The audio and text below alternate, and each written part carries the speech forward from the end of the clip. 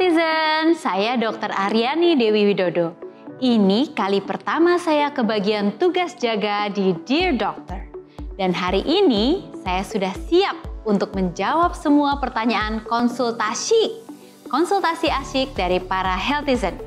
Pertanyaan yang masuk via Instagram dan Twitter akan membahas tentang seluk-beluk dunia kesehatan anak di masa pandemi ini. Nah, sebelum saya jawab pertanyaan, jangan lupa untuk selalu jaga protokol kesehatan ya. Ini masih sangat penting, walaupun vaksinasi sudah kian masif. Karena semua punya peran penting pada masa pandemi ini. Tak terkecuali kamu. Iya, kamu. Jadi langsung aja yuk kita cek pertanyaan dari Healthizen. Yang pertama, nah ini dari Nurmaya di Twitter. Dear Doctor, anak saya mulai sekolah tatap muka. Apa yang harus saya siapkan agar dia tetap aman dari paparan COVID-19 secara prokes dan nutrisinya? Dear Nurmaya, yang paling penting adalah pengetahuan dan pemahaman atau pengertian yang kita berikan kepada anak sesuai dengan usia mereka masing-masing. Jadi penjelasan yang kita berikan pada anak TK atau PAUD pasti berbeda ya dari penjelasan yang kita berikan pada anak SMP misalnya. Pastikan mereka semua sebelum pergi ke sekolah sudah bisa mengenakan masker dengan baik. Dan bawakan hand sanitizer, kemudian ajarkan kebiasaan cuci tangan yang baik. Katakan kepada mereka untuk tidak bergandengan tangan dengan teman-teman. Biasanya kalau anak PAUD atau TK masih senang saling bergandengan ya. Kemudian jangan sharing alat makan, tidak boleh sharing alat tulis, artinya pastikan bahwa mereka membawa alat tulis dan alat makan masing-masing. Ingatkan pada saat pulang untuk mandi dan membersihkan diri. Dan sebagai orang tua, jangan lupa kita harus memberikan nutrisi yang lengkap dan seimbang.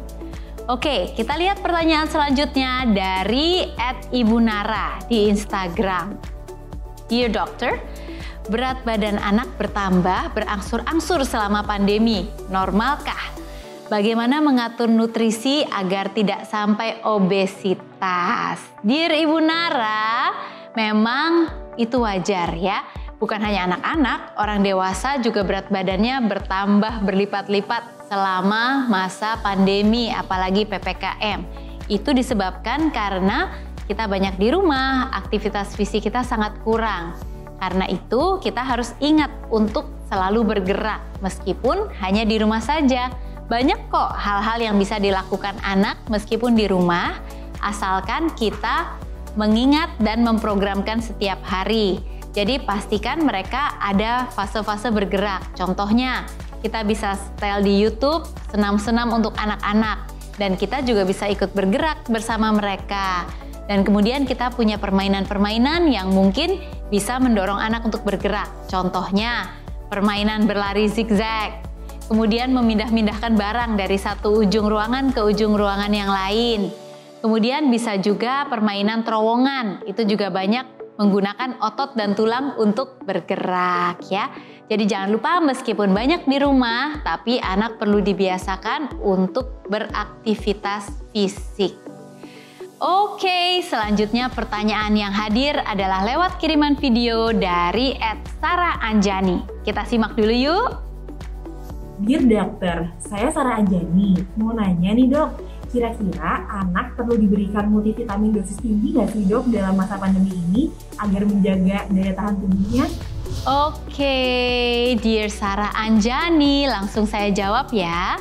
Jadi selama pandemi ini memang anak-anak tentu membutuhkan nutrisi yang baik. Baik itu bagaimana? Baik itu dari segi kuantitas atau jumlah cukup. Demikian pula dari segi kualitas cukup. Cukup karbohidrat, protein, lemak, vitamin dan mineral.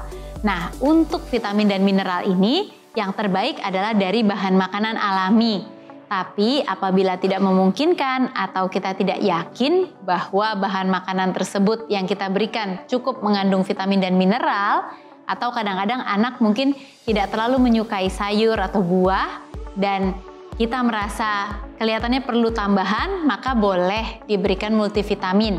Hanya saja jangan lupa bahwa vitamin dan mineral dari bahan alami harus tetap diutamakan.